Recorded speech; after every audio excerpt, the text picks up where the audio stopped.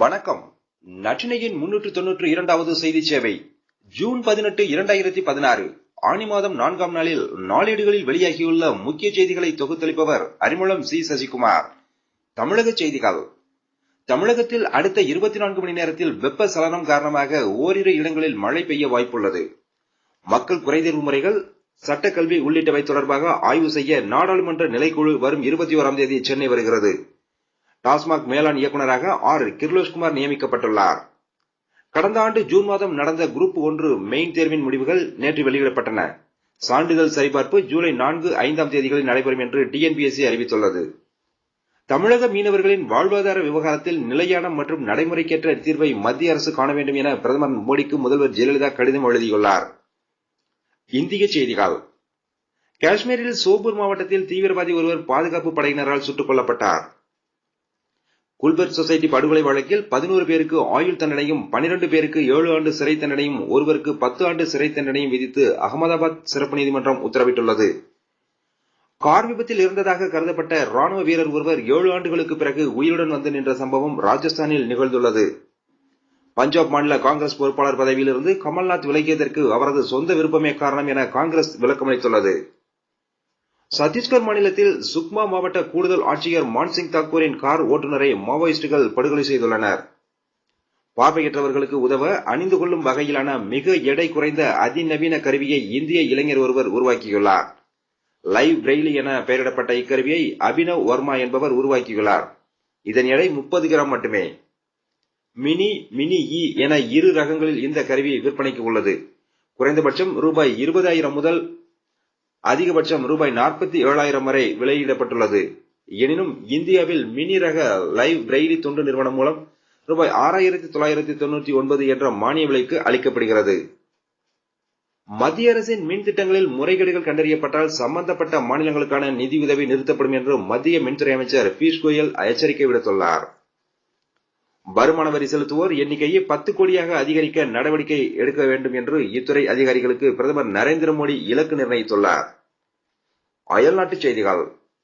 அணு மூலப்பொருட்கள் விநியோக குழுவில் இந்தியா இணைந்தால் தெற்காசியாவின் பாதுகாப்பு கேள்விக்குறியாகும் என்று சீனா தெரிவித்துள்ளது. நியூயார்க்கில் உள்ள ஐநா சபையின் தலைமையகத்தில் வரும் 21ஆம் தேதி சர்வதேச யோகா தினம் கொண்டாடப்படுகிறது. இதில் 100க்கும் மேற்பட்ட நாடுகளின் பிரதிநிதிகள், இந்திய தூதரக அதிகாரிகள் மற்றும் வெளியுறவு அதிகாரிகள் பங்கேற்க உள்ளனர். ஜோர்டானிடமிருந்து பழைய F-16 ரக போர் விமானங்களை வாங்க பாகிஸ்தான் முடிவு செய்துள்ள நிலையில் இதற்கு தங்களது ஒப்புதலை பெற வேண்டும் என்று அமெரிக்கா தெரிவித்துள்ளது.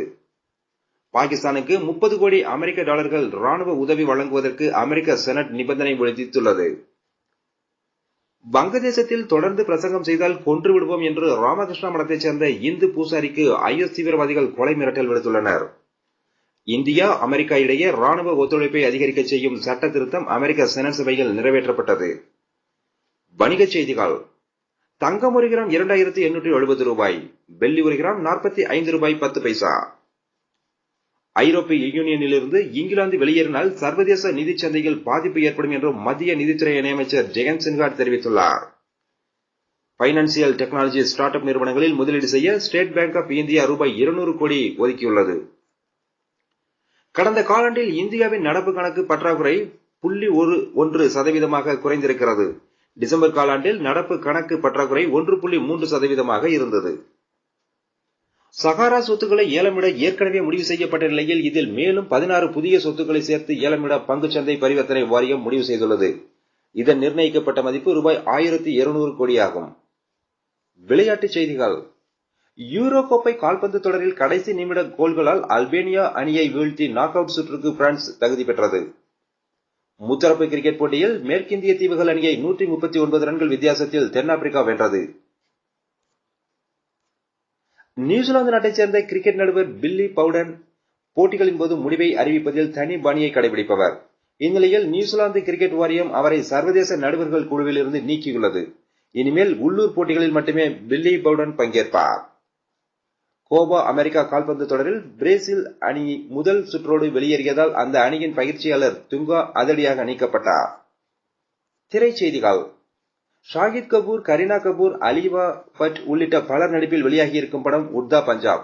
இப்படத்துக்கு தணிக்கை குழுவில் சர்ச்சை இன்று வெளியாகியிருக்கிறது. ரஜினி, அமிதாப் இருவரையும் ஒப்பிட்டு ராம்கோபால் வர்மா தெரிவித்த கருத்துக்களுக்கு இயக்குனர் வெங்கட் பிரபு மற்றும் தமிழ் சினிமா ரசிகர்கள் பதிலடி கொடுத்திருக்கிறார்கள்.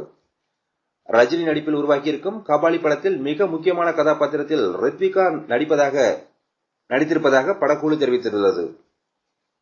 100 நாட்கள் படப்பிடிப்பில் 2.0 படத்தின் 50% படப்பிடிப்பு நிறைவுற்று இருப்பதாக இயக்குனர் சங்கர் தெரிவித்திருக்கிறார். இத்துடன் நற்றினையின் இன்றைய செய்தி சேவைகள் நிறைவடைகின்றன. நன்றி, வணக்கம்.